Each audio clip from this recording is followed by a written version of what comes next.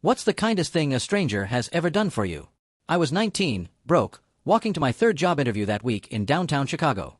My only dress shoes had a hole in the bottom and it was pouring rain. I'd been unemployed for 2 months after getting laid off from GameStop and my savings had exactly $47 lat. My landlord had already given me one extension on rent. This wasn't just any interview. It was for an entry-level position at Morrison & Associates, my dream marketing company. I'd applied 3 times over the past year and finally got a call back. This was my shot, but I looked like a disaster.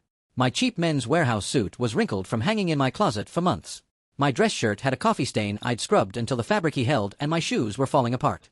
Black leather less specials with a gaping hole that made an awful squelching sound as water seeped in. I ducked into this upscale coffee shop called Beans and Barley to dry off. The place was packed with business people in expensive suits, making me feel completely out of place dripping on their polished floors. I'm standing there when this businessman at the counter turns around. Designer suit, perfect haircut, gold watch.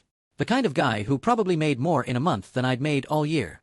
He sees my soaked feet, the water pooling around my destroyed shoes.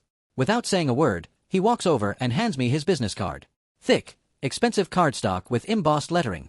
There's a shoe store 2 blocks north called Henderson's Comet. Tell them Ethan Clark sent you and put whatever you need on my account. Don't argue with me.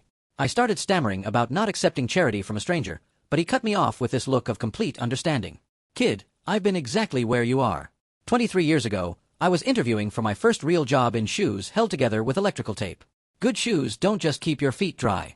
They change how you walk, how you carry yourself, how you feel about your worth. Trust me. He grabbed his coffee and was out the door before I could say another word. 25 minutes later, I'm standing inside Henderson's telling the sales clerk that Ethan Clark sent me. The guy's face immediately lights up. Another one of Ethan's people.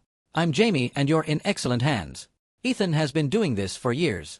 We know exactly what you need. Turns out Ethan maintains an open account at Henderson specifically for situations like mine. Jamie explained that Ethan stops by monthly, sometimes with people he's met. Sometimes just to add money for whoever might need it next. I walked out 30 minutes later wearing waterproof black leather dress shoes that felt like walking on clouds. Jamie had also insisted on brown leather loafers for future interviews and leather conditioner. Got to Morrison & Associates with 5 minutes to spare, completely dry, feeling like a different person. When I walked into that conference room, I wasn't the desperate kid from 2 hours earlier. I was professional. I belonged there. Got the job offer that same afternoon. 5 years later, I'm senior marketing manager at Morrison, making $78,000 a year, living in a real apartment. I'd kept Ethan's business card in my wallet like a good luck charm and finally tracked him down on LinkedIn. Ethan Clark, CEO of Clark Construction. His profile, quote, "Success isn't what you achieve, it's how many people you lift up along the way." I sent him a long thank you message. His response came back within an hour. I grew up in foster care wearing donated clothes that never fit and shoes held together with duct tape. I remember every interview where I was judged before I even opened my mouth.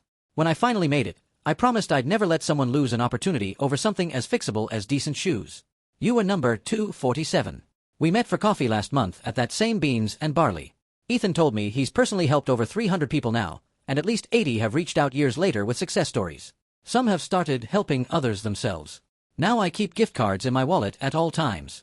Grocery stores, gas stations, Target, Henderson, and Ethan taught me that kindness isn't about the money. It's about seeing someone's dignity when they can't see it themselves. Sometimes the smallest gesture can completely change someone's trajectory.